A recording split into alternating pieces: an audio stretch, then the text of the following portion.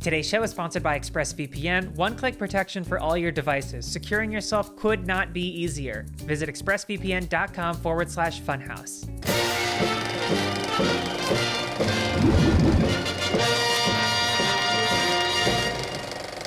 Hey everybody, welcome to Filmhaus, the Funhouse movie podcast where we review movies and also talk about movie news and sometimes look back at the movies that we loved over the years and beyond. Sometimes we make big brackets of different kinds of movies and then argue about them. Yeah, we rank them with very, very arbitrary criteria I did one of no those. actual official end. You did. You did. I did. I try to black them out, but thanks for joining us today on the show. I'm hosting Elise, and also here, that actually sounded very less magnanimous than I meant it to be. Also here, Yeah. Patrick and James. Hey, everybody. Hello. How's it going? Oh, they're not for our audio listeners. They're nodding. No. In a Right. very, We have to be conducive to the audio listeners. I am wearing a stoic yellow way. shirt. It has red trim around the neckline and the A shoulder ring tee. things. Behind me are posters. I am on fire, wildly flailing my Oh, arms. there I am.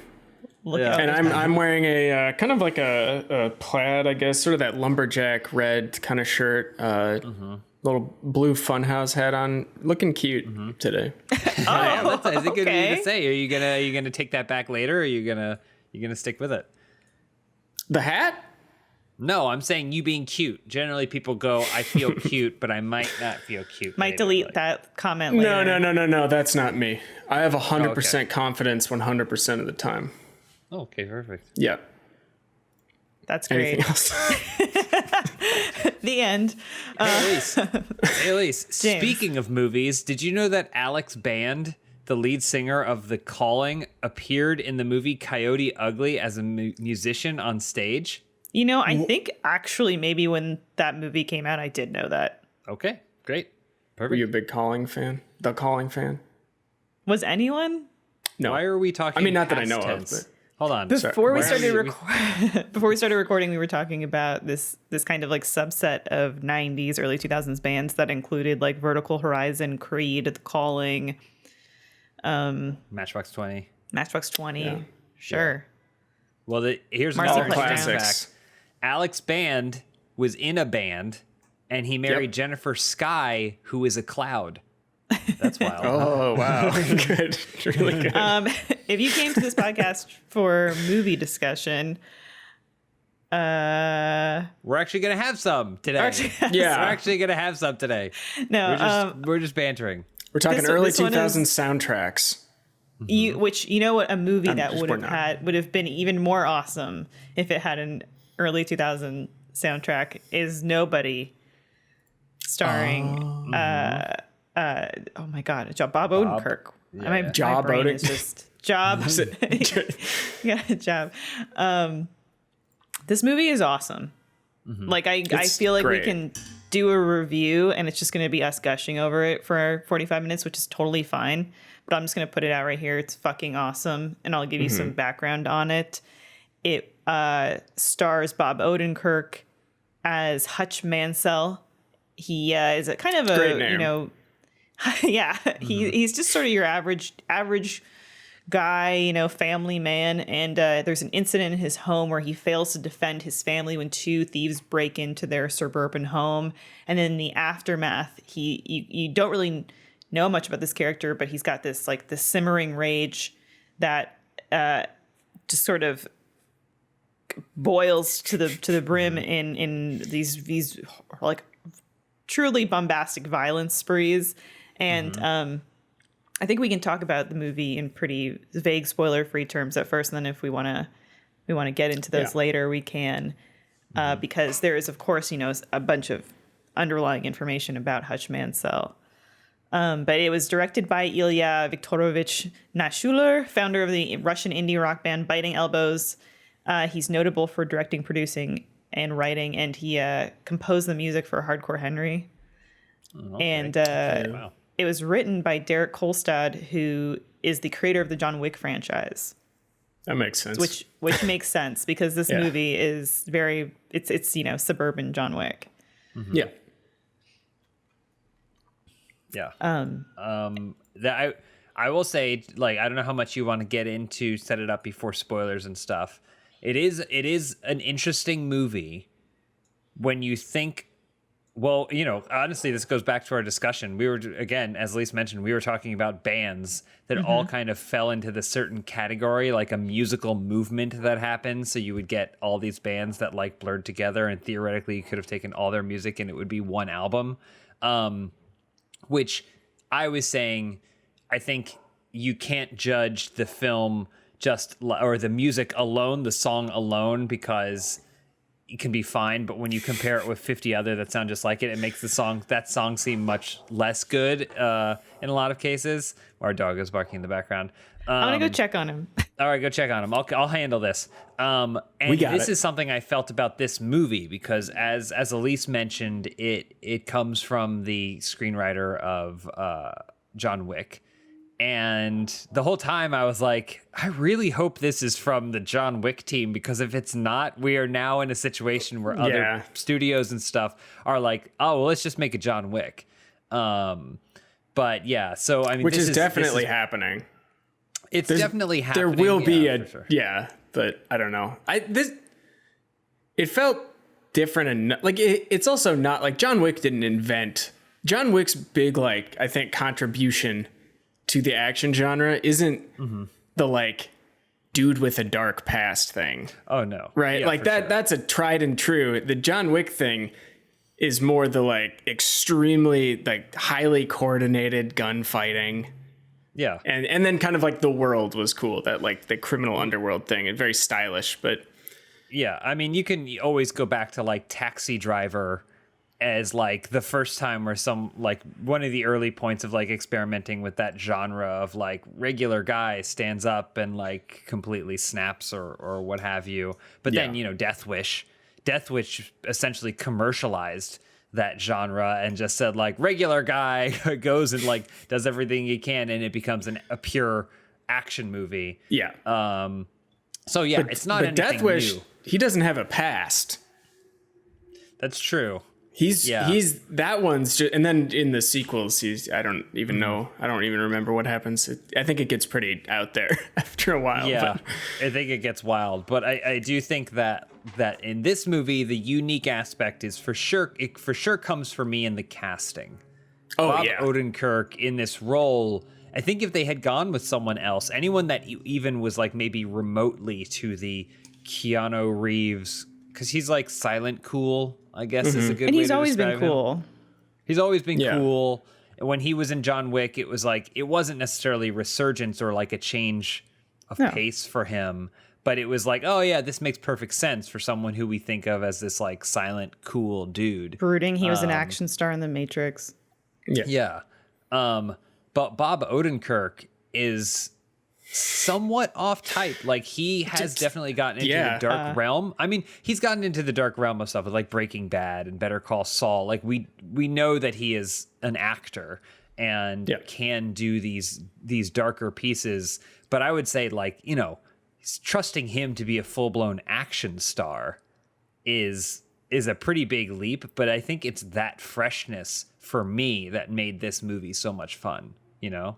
I agree. And his career is such an interesting evolution from being a Saturday Night Live writer to being a Conan writer to being on Mr. Show to then, like, I think Better Call Saul. Breaking Bad was just a huge pivot for people where everyone was like, Bob Odenkirk in like a serious kind of, you know, dark comedy drama, like that's so weird. And then 2 years ago, he popped up in Little Women. He's in the Little Women remake. He's the dad, and you're kind of like, Bob Odenkirk.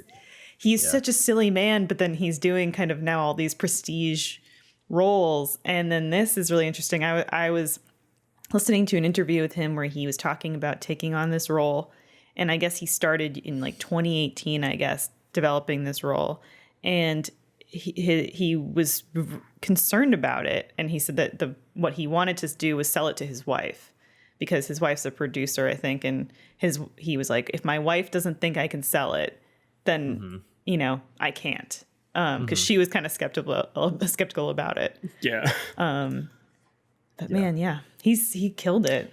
He killed it. Yeah, go ahead. Sorry. I was just gonna say, and if you're listening to this and you only know Bob Odenkirk as like the Saul from Breaking Bad and stuff, he's at least partially responsible for every comedy thing you've watched since like 1995, either in influence or directly.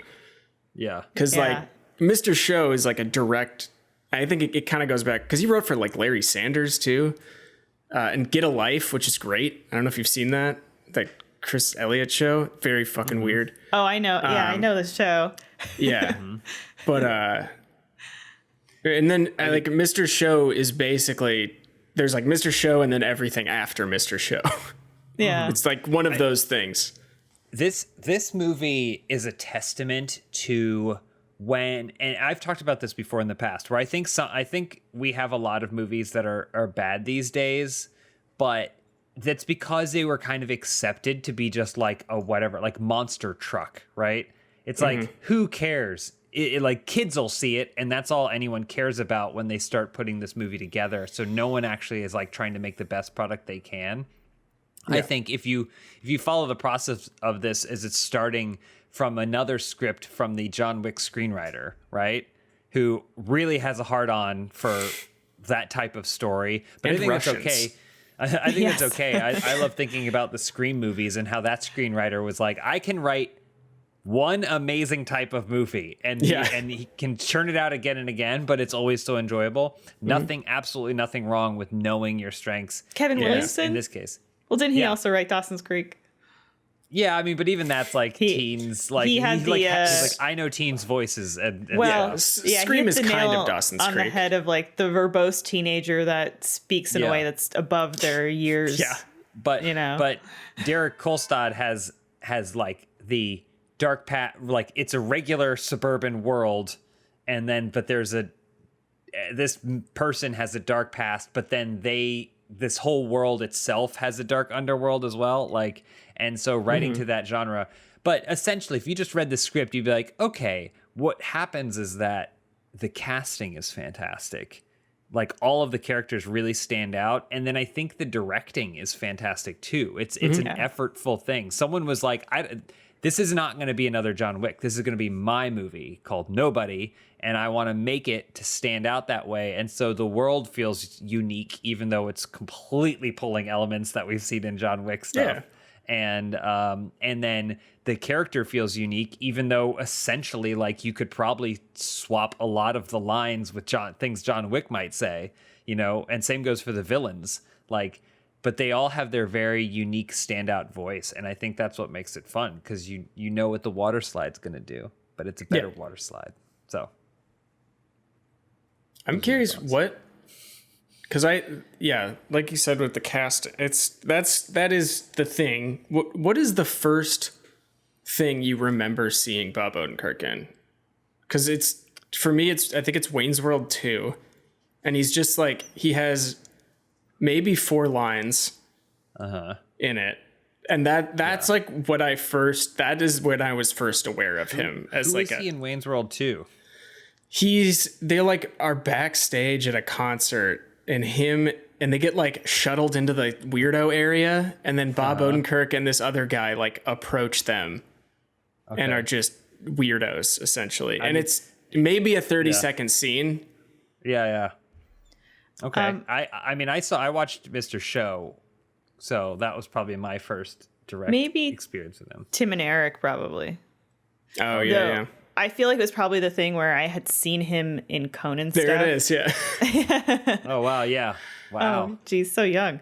I'd probably seen him in Conan's stuff and just not really taken stock of who he was. He was just kind of miscellaneous day player for whatever mayhem was happening. Yeah. But he just seems like such a down-to-earth, likable guy, too. Which I think goes so far in him doing a role like this because it's genuine. And you guys touched on the Russian element, and I think having the director with his background come in and kind of bring that flavor. And it doesn't feel like you're, Cold War Russian mobster. It's these Russian mobsters that do bad karaoke. Yeah. And like they it's just so silly in a way too. Yeah, they're like fun villains. Well, so I'm probably going to be the only person with this perspective, because of weird stuff. But for whatever reason, for whatever reason, I saw that the Green Hornet, the Seth Rogen movie, was on Netflix and was leaving it. So I said, I never watched this when it came out. I heard it wasn't good. I should watch it. So I started watching it, and it is not good. But it has Christoph Waltz in this role as Chudnovsky, who's like, he's like the villain of it all. And there's every single scene that they have with him is him being pretty mundane. And then someone will say something and then he'll go, wait, you don't think I'm scary? Like, and then it's supposed to be like, oh, he seems like regular, but underneath the surface, he's like, he could be really terrifying. The movie's like telling you that he's scary as opposed to showing you that he's scary. The only difference is that even in those scenes, he's not scary. Like, right. And so like, even it should be, oh, he seems so unimposing. But then when he's unleashed, he becomes this like terrifying monster. This movie, Nobody, the villain in that is that, like, he's what they wanted Christoph Waltz to be in Green Hornet, which is the first time you see him, he's kind of scary. Right? Yeah. Because literally he's introduced because he's making Russian. an illegal U-turn, and he's Russian, making an illegal U-turn, like completely disregarding the people on the road. So you already get like, he thinks this is his town, this is his playground, right? He gets out, he walks across the street, almost hit by cars, completely disregards them. He's immune to this kind of stuff. He thinks and then he's he goes invincible. into his club that he pretty clearly owns because everyone treats him really well there, and then sings karaoke on stage, and it completely disarms you. And you're like, wait a minute, like what is this guy? And and it's also not the kind of karaoke that should be getting the overwhelmingly positive response it is. Right, yeah. So you can tell there's some level of coercion there. Yeah. Oh yeah, of like, for sure. oh, you need to applaud for this man's bad karaoke. Yeah, but it's opposed to him getting up there and like in another worse movie, they would be doing karaoke and he'd smash something and then everyone would go silent. He's like, what are you talking about or whatever? And those types of moments do come later on in the movie, but it's already after they've disarmed you and shown you like, this guy isn't who you think he is. Yeah. And there's a lot of great stuff. I don't know how much we want to talk about like after the inciting incident of like the scene on the bus and like what causes these two men's worlds to start intertwining. But actually, one of the only things that I would sort of like, one of the things that I'm not really sure, I don't really understand why they did it this way, is everything leading up to the bus. So they break into his house. He doesn't do anything. He tracks them down and then sort of has a confrontation with them and then gets on the bus and gets in a fight with a totally unrelated group of people, which is what actually starts the movie. Like, I understand why they did it, because they need to, like, he has to, he's amped up. He wants to release this, the beast inside him. But it kind of felt like a weird, I don't know. Like, it felt like that's where the movie was going, was that way. And then all of a sudden it's like, actually, it's these bus people. I think this is taking us into spoiler territory. So maybe we just do some ad reads now, and then we'll just go for it. We'll just talk in depth, because good. I think that if you are on the fence about seeing this movie, you need us to give you a review. It's like, yes, absolutely see it. It's worth, especially if you have somebody's to split the cost of the rental. Like, it's totally worth doing it. It'll be the best movie you've seen all quarantine. All quarantine. Yeah. Well, I did rewatch Lord of the Rings, so Snyder Cut came out. So. And and the Snyder Cut. They hold up. The black and white version. You might be surprised to hear this, but the Lord of the Rings movies hold up, guys. Oh, I know. I'm You're preaching to the choir. I'm just joshing with you. So like we're going to talk about it in spoilers because that's going to be totally fun. And if you haven't seen it, go see it and then come back and listen to us gush about it. But right now, we're going to hear some words from our sponsors. Oh, hello. This episode of Filmhaus is brought to you by Bright Cellars. If you're anything like me, maybe you love wine.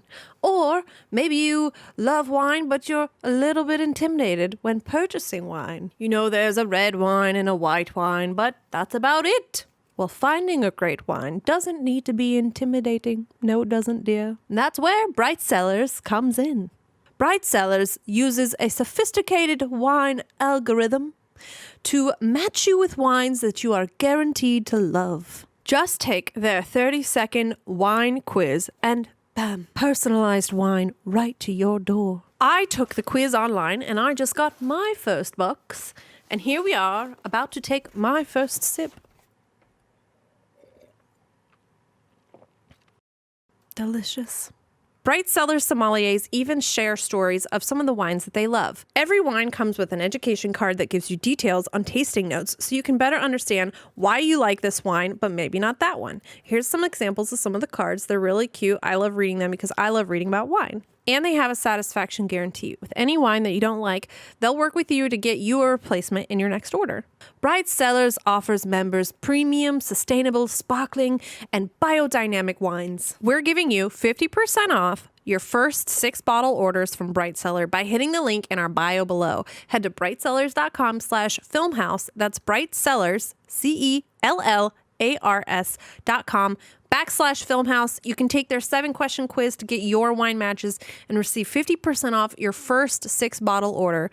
Bright Cellars, helping you discover wine you'll love. Thanks, Bright Cellars. This episode of Filmhaus is sponsored by Masterclass Look.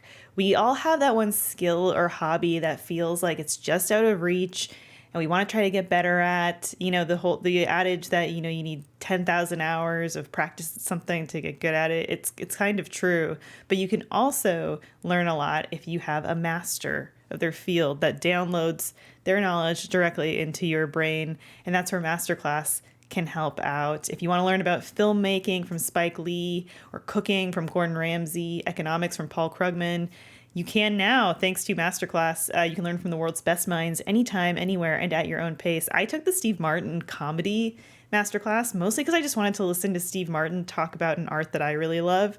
But I did learn a lot, and he brought so much personality and actual entertainment to it. So it's Steve Martin, of course. So it never felt like I was learning, and I think that's what a lot of these classes do, is you have really charismatic and interesting people who are at the top of their game in their respective fields and have so much experience, and they're teaching you that in a really interesting format that, you know, you feel entertained too while you're doing it.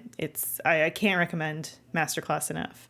You can take these devices on, or classes on just about any device, so Apple TV, your phone. They're broken into 10 or 15 minute lessons. So you can kind of, you know, do them bite-sized when you have time. There's over 100 classes from world-class instructors, some that I mentioned. And that thing that you want to learn is maybe closer in reach than you think. I highly recommend you check out Masterclass. You can get unlimited access to every Masterclass. And as a Filmhaus viewer or listener, you'll get 15% off an annual membership. Just go to masterclass.com/filmhouse. That's masterclass.com/filmhouse, FILMHAUS, for 15% off Masterclass. Okay, we're back. Patrick, fire it up. Yes. Okay. So, go. I insist. Hutch Mansell is kind of this like average guy. He lives a suburban lifestyle. I love the opening montage where it's like the redundancy of his days, the monotony. It's like doing those quick cuts montage of like, he gets his coffee, his wife ignores him, he goes to his pencil pushing job, he comes home, his kids don't really, you know, have a regard for him. Like, he goes to work for fucking Michael Ironside, who's changed. I haven't seen him in a really long time. And again, he's a big man. He's a big man. Perspective on this. I have just recently watched Next Karate Kid. So jumping from a young Michael Ironside to an old Michael Ironside in the span of about 12 hours was very jarring for me. Oh, yeah, I can see that. But then, there's this inciting incident where these hoodlums break into his home, and his son is, encouraging him to like attack them, and he doesn't. And so he's kind of gets this, it sucks because there's this scene where the responders are like attending to his family, and this cop is like, if that was my family, I would have, they would have been dead or whatever. And it's like, dude, there's just like, who would say that to someone in a home invasion? Yeah. So there's a cop, I guess, because that's what they do is murder. So there's a this linger. Now he's even got this animosity with his kid, and this cloud over his family from this incident, and you can tell he's really pent up and distraught over it. And then Patrick, you were talking about he gets on this bus one night.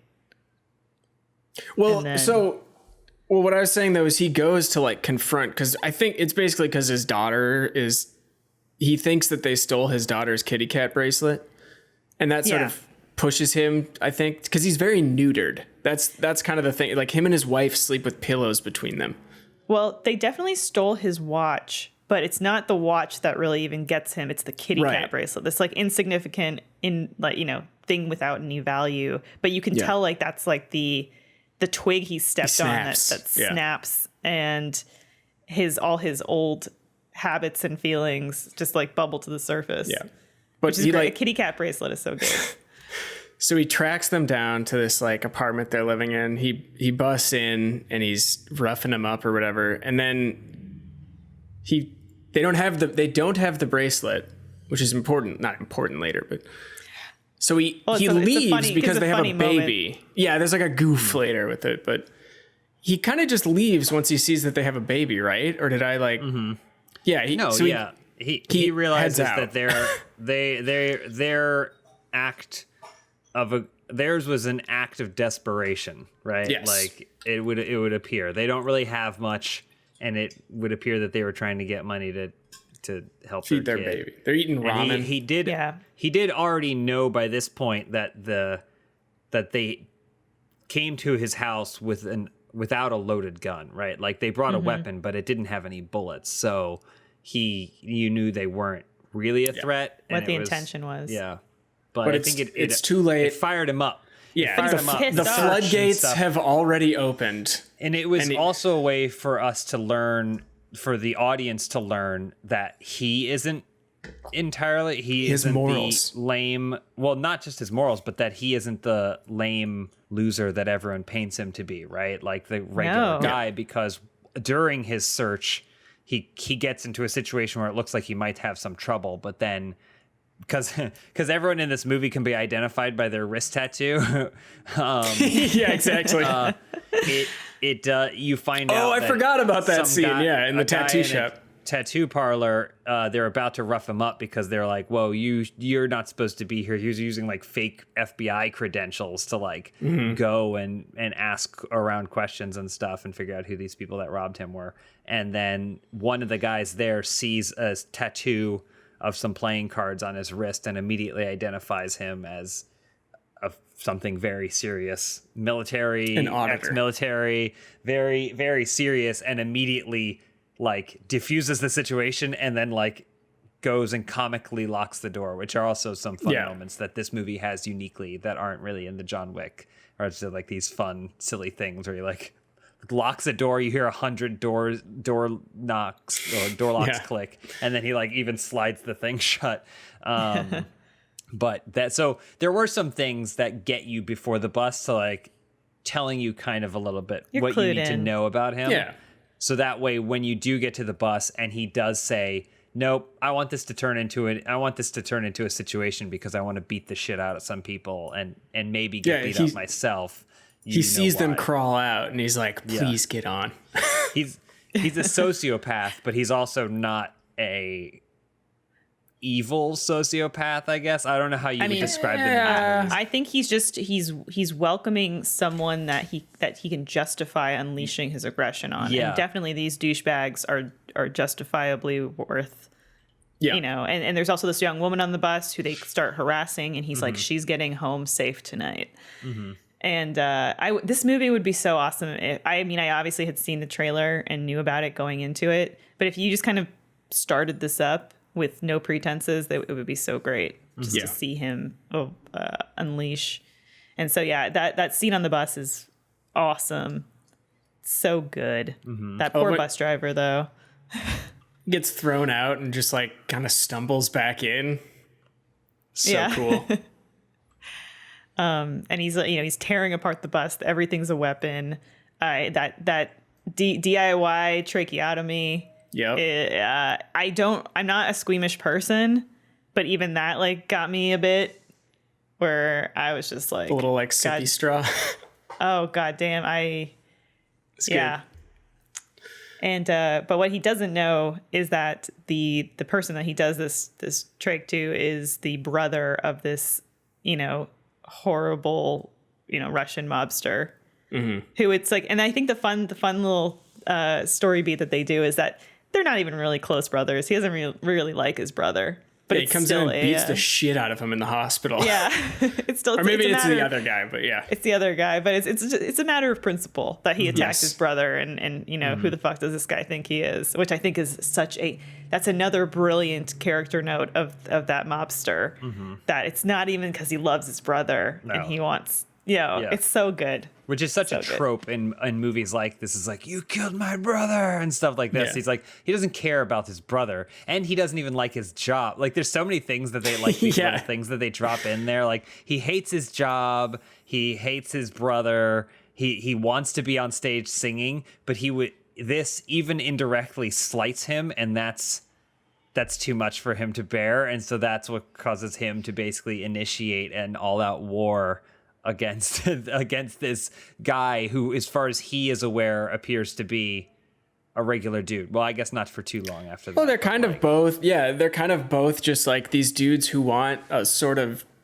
They seem to both kind of want a more normal life, right? Like Bob Odenkirk's character just wants to be a family man now. The other guy just wants to sing karaoke, but he also happens to be like a psychopath. That's great. But it's a great thing because you see these people who are like, do they though? Because there's several opportunities. That's the whole question of the movie, I guess. But that's the great thing. That's, I think, why there's a great villain and hero, right? A protagonist and antagonist in this, is that they are pretty much the same, but that's what makes them. I don't know. I hadn't thought about that. Like, because they're both given opportunities to walk away several times, and they actively choose not to. Both of them are just like, no, this is. I already started this. I can't end it until. And I almost wanted to go further. There's also more moments like that on the bus later on in the film, after things have gotten completely out of control, and there's bodies everywhere. There is a pretty wonderful scene where the two of them meet finally to really hash things out. And it's at the club, and Bob Odenkirk essentially like interrupts his singing session to have dinner at his restaurant. Yeah, and they just sit front down and center together. in at the stage. They sit down together with like a bomb that Bob Odenkirk has that he can blow up if something happens, right? And so then they basically, he gives him an offer. He comes to like say, listen, you hate your job. We can just walk away from all of this. You can take whatever you've got, bad guy, and I'll take whatever I've got left. And then we can just go our separate ways, and that'll be that. And then the moment goes to, then Bob leaves, or I guess what's his name? Hutch leaves, and then goes and sits in his car, and then like almost is like fingers crossed, like please, please, please don't take the deal, don't take the deal, don't take the deal. And then you see the bad guy come, obviously not taking the deal, and then boom, that explodes into the final climax of the movie and stuff. But it's like, even at this point, no one's learned their lessons, which is like a unique attribute of this film. Like stepping back a little bit after the altercation on the bus and stuff, we kind of or maybe a little bit before, but we are introduced to Hutch's dad, played by Christopher Lloyd, who's got his FBI badge. And then we're kind of like, okay, Hutch was FBI. What did he do for the FBI? And we later learn in the movie that he was an auditor, that was an assassin that killed people who were like untouchable or couldn't be captured. And so clearly, like, he had complete immunity with the U.S. government to do whatever he needed to do. And it would seem that also, like, now in his newfound family life, he has that protection, like, protection still. But now he's coming out of retirement, so to speak. And it's like coming back. It's like coming back to him like a drug, like this feeling of what he used to do. And Christopher Lloyd as his dad is so great too, because part of that storyline is that Christopher Lloyd was also maybe this same role, like he similar. Had the same. They mentioned that he was like a combat veteran in the very beginning when the kid is like asked. Oh, and his son hates him. Yeah. Yes. Bob Odenkirk's son hates him. Well, because the perception is that he's a weak middle-aged man, because again, when they go to rob the place, the son like tackles one of the robbers, and then Bob Odenkirk doesn't attack them back. He's like, let him go, son. And the son gets hit and like beat up in the process and stuff. It's like, you let me get hurt. Why didn't you fight them? When the truth of the matter is he was more observant and knew more than the son. Yeah. And the son has no idea that his father and grandfather are like two of the deadliest dudes on U.S. soil. Like it's really cool. The scene where then the Russian mob come to their home and Hutch is like, he puts them in the basement. Yes. He like has the secret code that shuts a big metal gate. It's so cool. Good. And he's like just annihilating everyone until he gets tasered. Something I really loved was when they're taking him away in the car and he's in the trunk of the car and he does that little like his little wrist dislocation thing, like it's nothing. And then he uses the fire extinguisher to like just like blind everybody in the car, which is like when you're trying to think of new and inventive things you can do in an action movie. I thought that was pretty cool. Yeah. It There also. was- Oh, good. Sorry. No, I was gonna say this just reminded me of it, but so he works for Michael Ironside, who's his father-in-law. Yeah, like, and he works with his whatever- I don't- brother-in-law too. That's what I was going to talk about. So his brother-in-law, his son thinks that his brother-in-law is real cool because he asks if he asks Bob Odenkirk like, "Can I interview you?" And he's like, "Why don't you interview your uncle? Like he saw some combat." And he was like, "Yeah, I already asked him." And the uncle is just like this fucking douchebag. He sucks. Yeah. And then there's like a scene like he's just like shitting on Hutch or whatever the whole time, calling him like telling him he's a wimp or whatever. And there's a scene later in the movie where he comes in to like buy the company from them. And he just the guy like swings at Bob Odenkirk and he just fucking sucker punches him. Yeah. And then he's like but then he sitting him gently down. sits him down. He's like, shh, it's okay. Just sit down. Yeah. It's like, oh, it's He's like, so just breathe. good.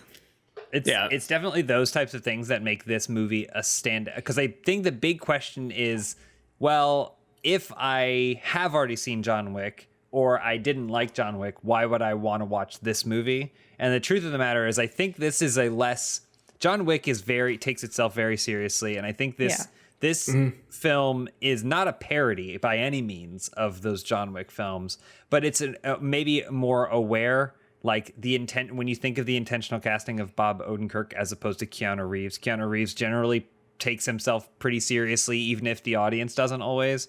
And then when you take Bob Odenkirk, he's a perfect example. He's a talented actor and he can do it all. But like you have those moments, like you mentioned with the brother, when the brother finds out that they were robbed, he like pulls a gun on him and he's like, "Next time, why don't you use this?" And then, and Bob Odenkirk's like, "What are you doing? Like, you're holding a gun at me." He's like, "Don't worry, the safety's on." And then he looks at the gun and is like, "Oh wait, no, it wasn't." Like he's a complete fuck up and a complete doofus, and it has those moments like pretty well injected throughout the film to like make you feel like, oh, cool. And they made Bob Odenkirk an action star through training, but sometimes with looks great. He looks great, but sometimes with like comedic delivery, you can't you can't always teach that. Yeah. So this movie has so many comedic moments, like Bob Odenkirk sucker punching him and then, you know, gently putting him down, like him finding the kitty cat bracelet and kind of just, It's like, oh, oops. it was under the couch the whole time. It's like, Guess I didn't have to do any of this. Yeah, all these little comedic moments that like you maybe couldn't get an action star to sell. Yeah, for sure. You know? Well, I mean, one of my favorite things too, and that adding to it being a very, very dark comedy, is the tropes of other movies appearing in this film, but then being subverted. So like the car accident that you mentioned with the fire extinguisher, those like the people that were trying to kidnap him are basically maimed horribly like by the accident, and then Bob Odenkirk like crawls away hurt but not fatally, and there's one guy left there who's like dying slowly. There's nothing he can do to save him, but he's like basically dying slowly, and then so then Bob Odenkirk like he's like, who are you? So then Bob Odenkirk starts to tell him, and then he like starts recounting like a story of like things he's done or things he's seen, and then he looks down and the guy's dead. Like the guy's Well, it happens again. He's been dead. Word. Yeah, It happens again, doesn't it? Where he's like pouring out his story. Yeah, and then it happens again later on in the movie where he's like really now unleashing his backstory for the audience, but so it feels genuine. There's a soldier there who is pretty badly hurt, and so he starts telling that guy, he's like, fine, I'll tell you who I am. And then of course when you return after he's finished his story, he finally looks and the guy's been dead he's completely gone. Like, and it's so those are funny things. In another movie you would see that and he'd be like, now I'm gonna let you go so you can tell the bad guy that nope, not this movie. Yeah, he's dead. He didn't make it past the third word. Yep. Yeah, I was so impressed too with like I know Bob Odenkirk's a great actor and everything, and like from the trailer and stuff, it's like, you know that he can play kind of like a sad, schlubby guy or whatever, but like he was very convincing. There was like no point during the action scenes where I was like, this is stupid. Like he fucking looks angry. He looks mean and angry, and I think it's because he just has such a like he's such a just average looking dude. That maybe he can just do anything and it's believable. Really because he works. looks so normal that you're just like, yeah, I guess this is what that person would look like. Why would they look like Arnold Schwarzenegger? Why would you send why would you send some enormous guy to be this like the most conspicuous dude in the world to be a hitman when you could have like this guy who looks like he works at Staples or something or like wherever, you know? But his training is just elite. If this movie was made in the 90s, it would definitely be Arnold Schwarzenegger. He retired from the FBI, and now he's living a simple family life out in the suburbs. Well, it's Commando. And even though he's massive and just built like a brick shit house, a normal guy. he gets taunted by his neighbor, like well, I would have if that happened in my family, you know, and you know, his brother-in-law would have taunted, despite him being just this, you know, just massive dude. Yeah. But I guess in 2021 you can make a movie and cast Bob Odenkirk and it just sells better. Yeah. And he's like fit, I think. Like he must have gotten in shape or something. He's not like jacked, but he's definitely fit. Yeah. And like I love him working out at the bus stop in the opening montage. Oh yeah. Like he's just doing pull-ups at the bus stop, looking at his wife's real estate poster is so good.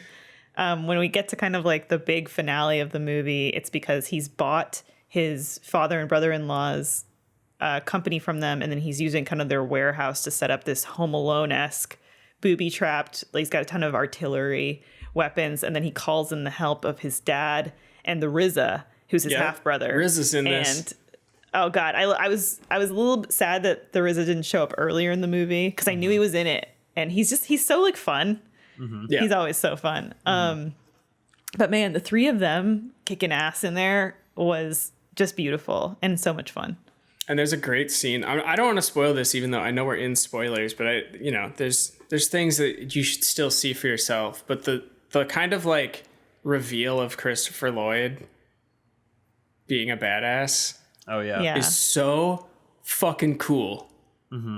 Like, And because I assumed this is also kind of like an action thing that's subverted, where you're like, oh, they're gonna come for The dad. they is gonna come be the they come damsel for in the people. distress, Like the right, second yeah. the dad showed up, I was like, this guy's dead. This guy's Yeah. dead. First chance they get to like move things forward.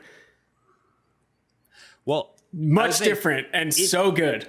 in most other films like this, it would be they go for the dad. And then he's like, I'm not going to tell you anything. And then he gets like one shot off Exactly. before then he gets blown away. Yeah. And he Yeah, dies. Like, that's how it happens in all other movies. Not exactly how it unfolds in this movie. I'll say this.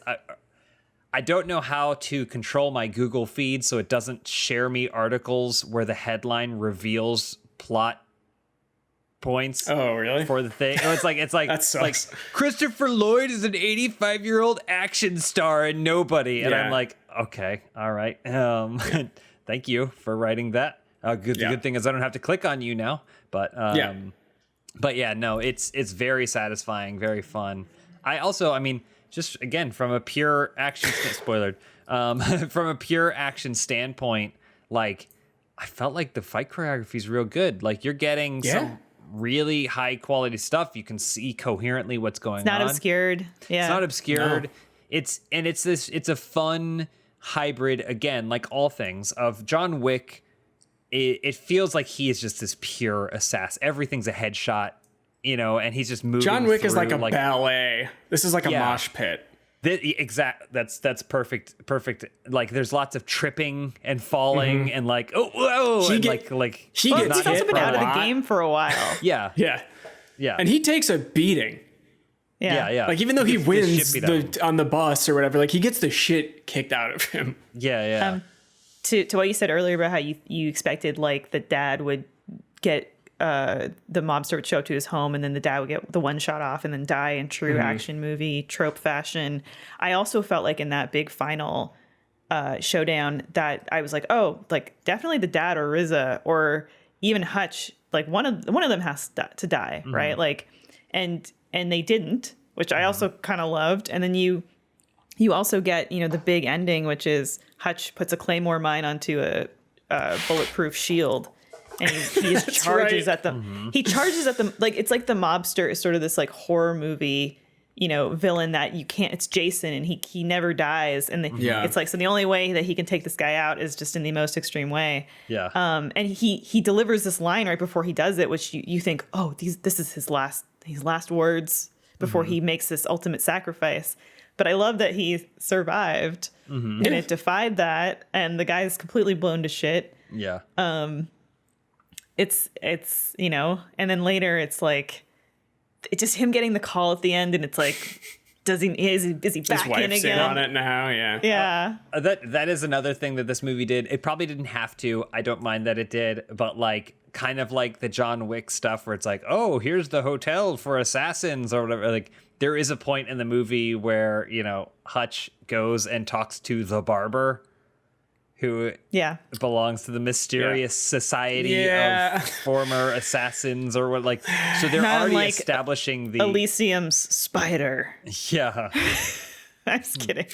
I just wanted to reference the Elysium's spider. the guy who played Spider was also Pablo Escobar in Narcos. That Oh guy's yeah. great. Sorry, James. So you go see the barber. No, I was just saying, which is like, again, it opens it up for sequel stuff because they don't really explore those questions. They just go, and this thing exists, which is also what John Wick did. So that way they could get 3 sequels or two sequels. But like, I just think it has that stuff in there. It's maybe treated again with more of a tongue in cheek. So as opposed to like taking itself very seriously, it's like, what is this place? What's going on here? Who are these people? What's happening? But then it still works the same way as a device in the film, which is now we can tell you more. Now there's more to this world that maybe if you're explore. interested. Yeah. So yeah, I it's a lot of watched- fun. This would be a really good like double feature with History of Violence, the Cronenberg movie. Okay. Have you seen that? Wow. Yeah, I have. I watched it again because this reminded me of it, where it's like nobody is the fun, carefree version of that movie, Gotcha. which is basically the same thing. And I mean, kind of, but very similar sort of backstory and stuff, but way darker and way more interested in the in like, is this okay? Is like shit? I don't know. Yeah. For me, Nobody is the fun Eastern Promises Oh, nice. with less dick, but more fun Russian. Yeah, there's no I'd bad say scene. for me, Nobody is kind of like the Hidalgo of suburbia. Okay. You know, so Okay. that's what I Without would say the horses. Yeah. Yeah, or the dick. Wait, hold on. The A lot of dick in means Hidalgo. the horse dick. Yeah. Can I also point to that mid-credits scene, which when James and I watched the movie, we did not know there was a mid-credits scene and turned it off. And then I I haven't served seen this because I turned it off. Oh, there's the mid-credit Yeah. scene. What? Well, I got Hope served your rental didn't expire. I got served an article that was I'll be fine. like the Nobody mid-credit scene is blah blah blah, and I was like, what? So then I immediately pulled up my rental, which I still had a couple hours on, and we watched it. And to tell you, all it is basically like Hutch's dad and half brother the RZA. They're just driving in an RV, and it's like filled with guns, and it's like clear that they're about to go do some kind of like, shit. And you're like, oh damn, like, are we gonna get a sequel With these where two? like now, or even just now, all three of these men are like yeah. a wrecking crew, and it's so cool. So cool. It was very fun. I definitely enjoyed the whole thing, and it was a refreshing new take on a genre. It was kind of like when Lifehouse released Six Cycle Carousel. Sure. And we were like, we've heard so much of this, but this feels different, right? This is fresh. It's new. This is fresh. Yeah. They've reinvented themselves again. Yeah. So, I don't know. It's just like it. Yeah, we did all think that when that came out. Any other final thoughts on Nobody that do not revolve around Six Cycle Carousel? I'll just no. Actually, then no. My only final thought is I really hope that they don't I want this to be successful, but I would love to see this mentality applied to more stuff, more other genres that are kind of played out. Like, what's the Fast and Furious version of like these kinds of things, or what have you, as opposed to them. The fact that it alludes to a sequel is very much a trope, like a trope thing. And I hope that it's in this movie because it is really relishing that trope, not because I necessarily want more Nobody films. It would be great if this did not get a sequel. That's what I don't need. I don't need two more. I hope everyone involved gets to keep working and making awesome movies, but I do not need another one of these. This was great. Yeah. I want the creative energy that made this so good to be put towards other things, Something as opposed else, to this becoming a franchise. Yes. In that similar agree. vein, I also kind of hope that Bob Odenkirk doesn't become an action star, but I do hope that this is the launch pad for other people to take notice and say, holy fuck, Bob Odenkirk did it. What else can we get Bob Odenkirk to do that's maybe not traditionally what you know him to do? Yeah. I think Give so. him more I'm- lead roles. Yeah. He's earned So it. I'm hoping that this is kind of a catalyst for that. I agree. But yeah, I can't recommend it enough. It's dope. 92 minutes. Like, it's such a, especially now in Yeah. it's a tight movie. Telling you, come on, can we get the 90-minute movies back? We need them back. I love them. I don't want any. We watched The Warriors the other night, and that movie is an hour and 33 minutes. Doesn't overstay its welcome at all. You know, like, we get these King Kong Godzilla movies. Every Avengers movie. Well, and it's like you're going and you're like, yeah, I guess the good stuff was enough to offset the bad stuff. And I'm like, you could have made it without the bad stuff. Exactly. And it would have been a tight 90, and we would have all had a great time. This is a case study for that. But yeah, really, I think it's definitely an art to be able to make a movie like this, where it's 90 minutes and none of it feels wasted, and all of it's all killer, no filler. That's a Sum 41 Yeah, of course. Yeah. album. Ooh, Don't have to explain that's a it to stand-up me. band. Awesome. Well, I think that concludes our review for Nobody. Thank you guys for just chatting about it. Oh, thank you for having me. I know. thanks. I'll be thinking about it for some time to come. Just So you got some the poster, housekeeping. right? You said you wanted to put the poster up in the bedroom. I do. Yeah. Above the bed. Feeling. Yeah. Who was it that was saying that there's like the street they live on, there's 5 Nobody posters that you can see from like one Don. Don. I think Don, not the street he lives on, but maybe he was like driving. He drives through an area. Yeah. And there's like, it makes it look like he's getting punched all around every Perfect. billboard. So cool. It's genius. It's awesome. Some unrelated housekeeping. We're doing a spring event series at Rooster Teeth, and Funhaus is doing a live show. You can watch it remotely. It's Murder from the Top Rope, a championship wrestling roleplay murder mystery. A professional wrestler is found dead under mysterious circumstances, and now the WWFH wrestlers, have to come to solve it. And some people here are participating in it, and then we have more cool cast in it. And there's also a meet and greet component. I can't talk today. Yeah, you all right? I didn't sleep very well, and then when I don't sleep, my motor skills your brain goes just mush. like it's like when you run a marathon and then you slowly start to shit yourself at the end. That's me when I hate when I do sleep. that. I'm so sick of running marathons and shitting myself. So there's a meet and greet component too, and I think it's going to be a cool event. And if you want to get tickets to it, you can go to Eventbrite and search for the spring event series and find Funhaus on there. And that's going to be May 14th. And also if you just go to the Rooster Teeth social channels, there should be chatter happening about it too. And that's anything you guys want to promote? You get the show. I you get would the love floor. to promote Wrestling with the Week. Comes back this week. Wrestling with the Week season 2 unfit. Comes back. Yeah, we've been off for the last 2 weeks. Have you not been aware?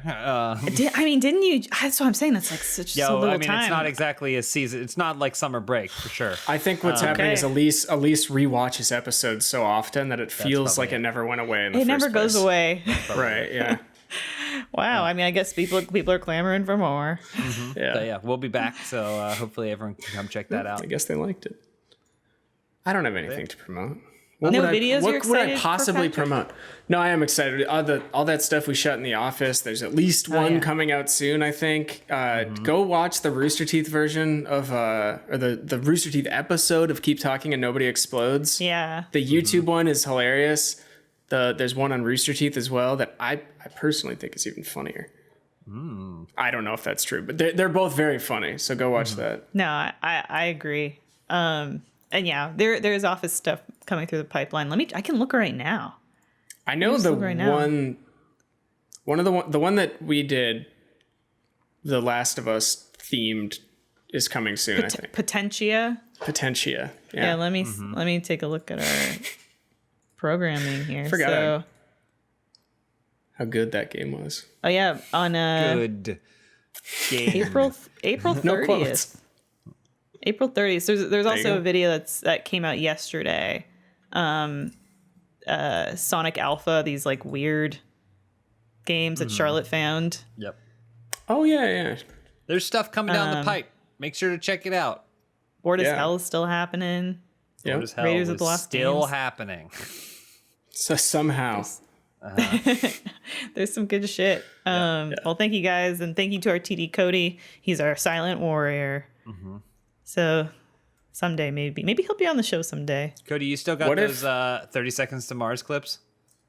No, you don't. All right. I don't think he had them the second we were done. Those I were know. gone. He said something about needing the hard drive space back, but Do you think Cody one day will like have put up his broadcast hat and is kind of living a quiet life out there, and then all of a sudden someone knocks on his door and it's James, but you're 70 years old.